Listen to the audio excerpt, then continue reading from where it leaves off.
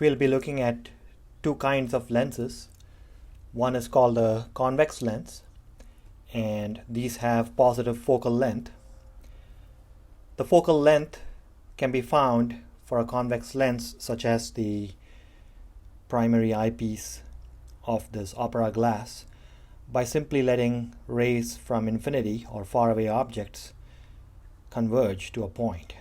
So this is back to your childhood days of using a magnifying glass to fry a piece of paper, for example. That distance at which the paper gets fried is precisely the focal length of this lens. The lens does not have to be equally curved on both surfaces. It can just have a net curvature that's positive. This is more familiar to people with short sight, such as myself. So here's one of my old glasses.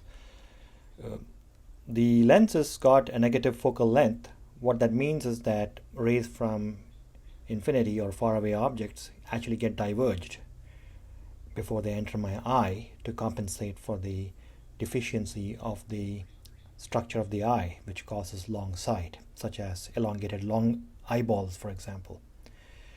So this one has got an almost plane front surface and a very pronounced concave surface. But the net effect is to have a focal length that's less than 0. Now what I'm going to be doing is telling you how to put these lenses together using what's called the thin lens equation. The thin lens equation, abbreviated TLE, is the following: 1 over S plus 1 over S prime equals 1 over F.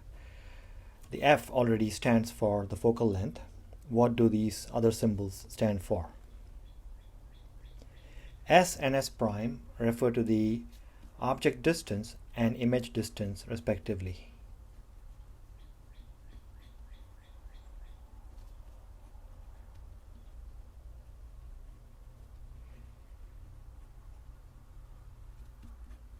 So the object distance is the distance of the object from the lens. Our convention is always going to be to draw the object on the left side. So the entry side refers to the side from which photons from the object are entering the lens. The exit side refers to the exit rays after it goes through the lens. Similarly for the concave. The object distance is the distance from the plane of the lens, which is defined as the midpoint, to the object. The image distance is where the image gets formed, again from the plane of the lens. The object distance is considered positive if it's on the entry side of the lens, and negative if it's on the exit side. Now I'll show you an example of this phenomenon, but it is possible for us to have a negative object distance.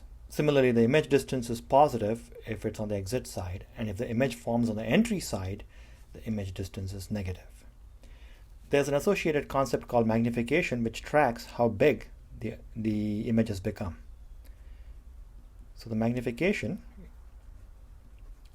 is given by M, and that's the ratio of the image height over the object height.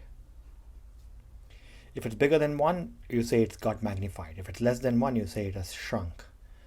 This is also equal to negative S prime over S, as I show in my notes.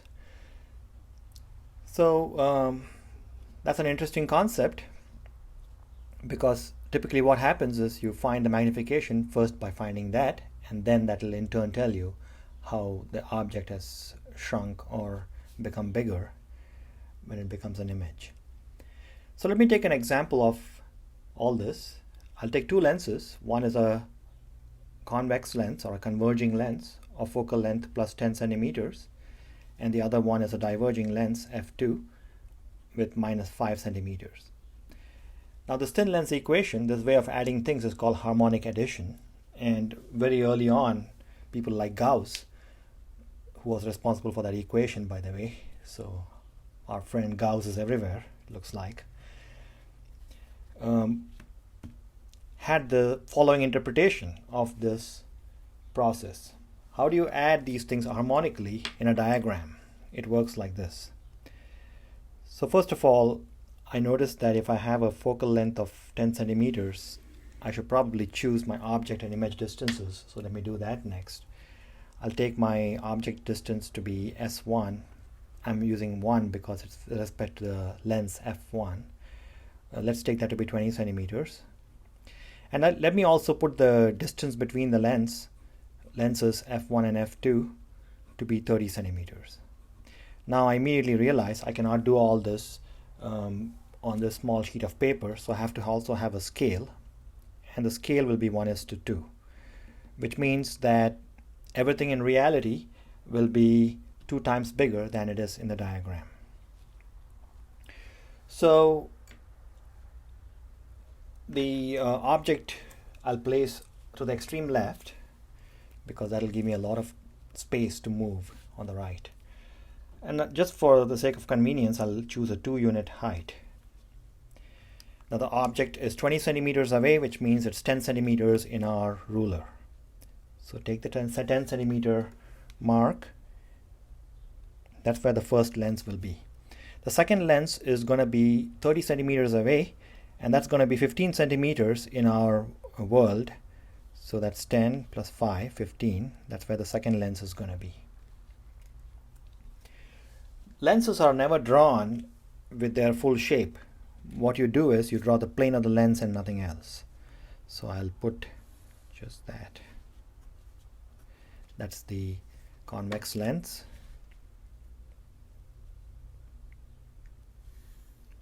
And that's a concave lens. All right, just to make sure, I'll put F1 there and F2 here. We also have to indicate the focal lengths of these lenses, and that's done by using X marks. So F1 is 10 centimeters. In our scale, that's going to occur at 5 centimeter marks. F2 is -5 centimeters. Don't worry about the negative sign at this point. You will simply mark those also on the axis here called the optic axis.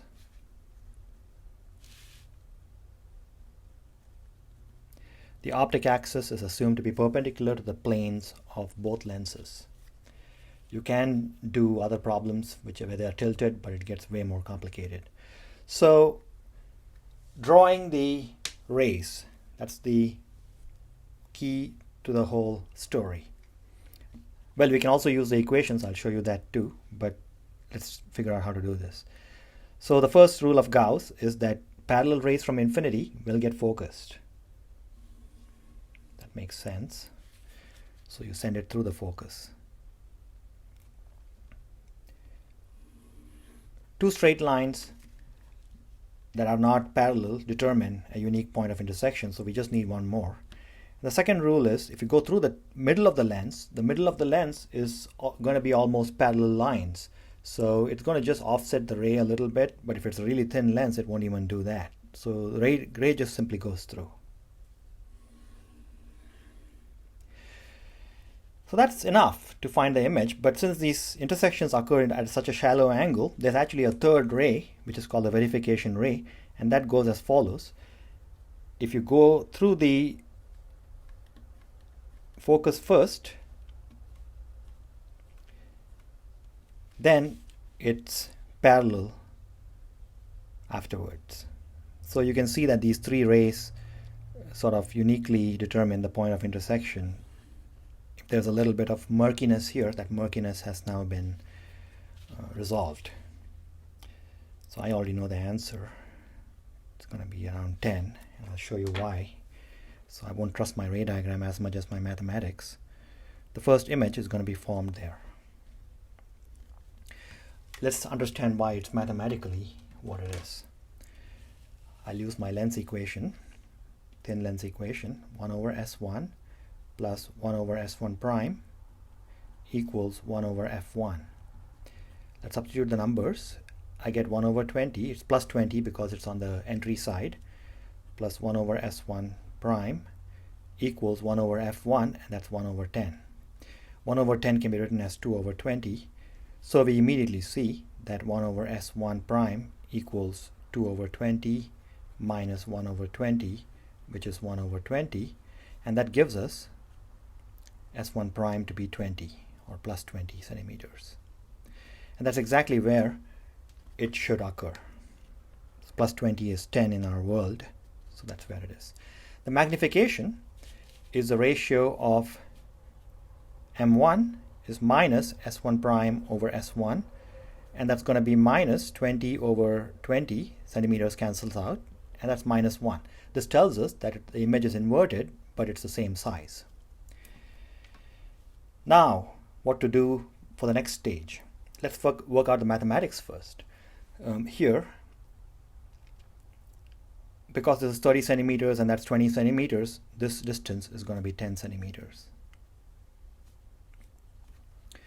So the S2 prime, and it's on the entry side, so it's plus 10 centimeters.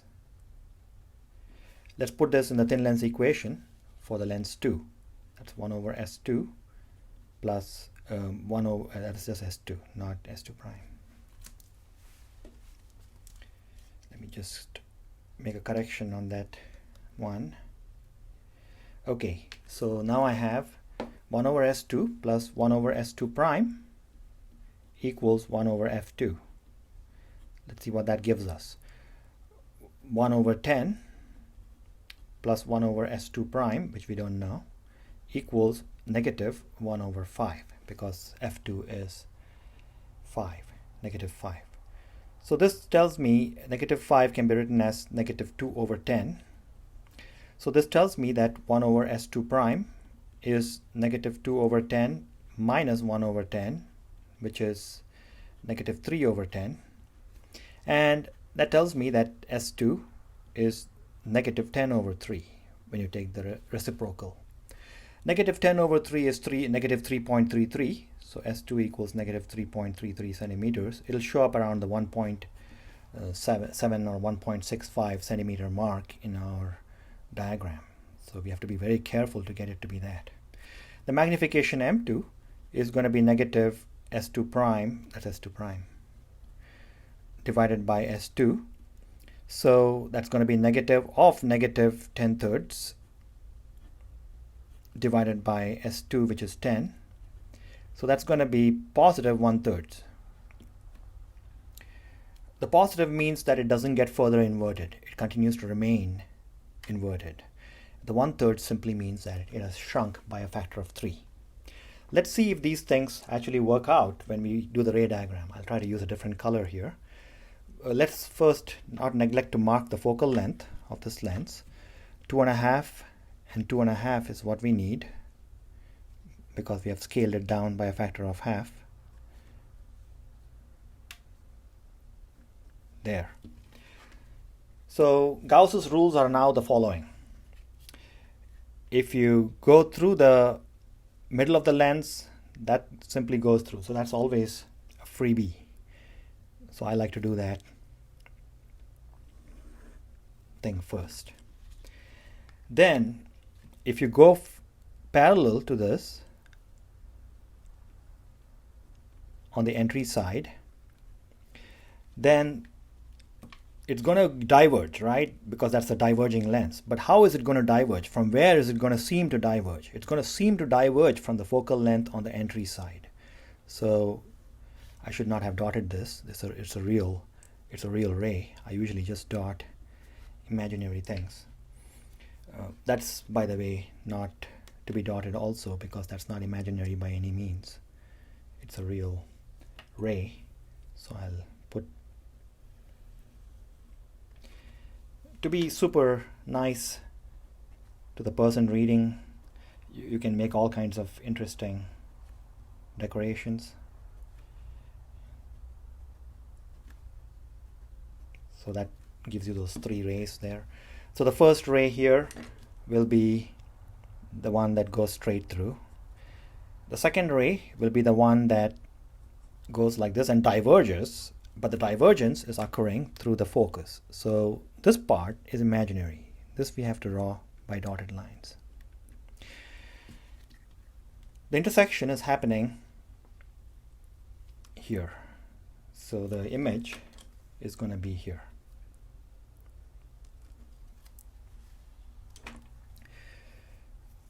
There is also a third ray that you can use to verify this.